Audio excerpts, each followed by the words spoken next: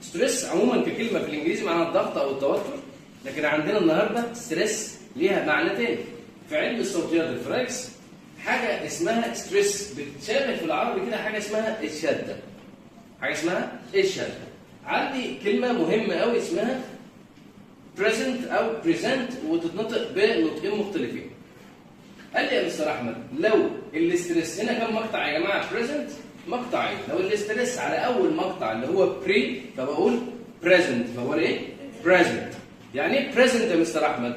قال لي معناها هنا ان معناها ليها كذا معنى. اولا present كده نوعها ناون. نوعها يا مستر احمد ناون. يعني ايه يا مستر احمد؟ او تنفع كمان تبقى adjective. فبقول present فبقول present simple يعني مضارع البسيط. فهنا present يعني مضارع. كمان I bought my mother a present. انا اشتريت لماما هديه. وكمان علي is present not absent. علي حاضر مش غايب. يبقى هنا معناها حاضر.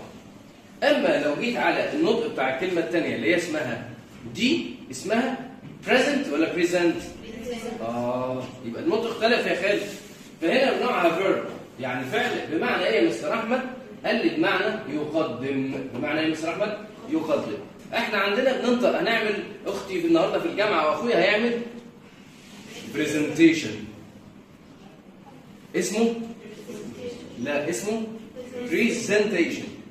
لو بالراحه كده اهو presentation مش presentation. وصل الفكره؟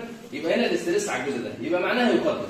وخدنا زي في علم اللينجويستكس اللي هو السفكسس والبريفكسس، لو ضفنا على البريزنت اي ار يعني مقدم البرامج.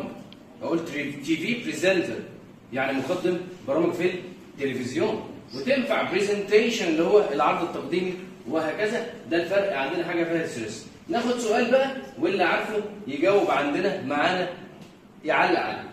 كلمه دي ليها معنيين حسب الاستريس. لو الاستريس على المقطع الاول او الاستريس على المقطع الثاني. لو انت عارف قول لنا.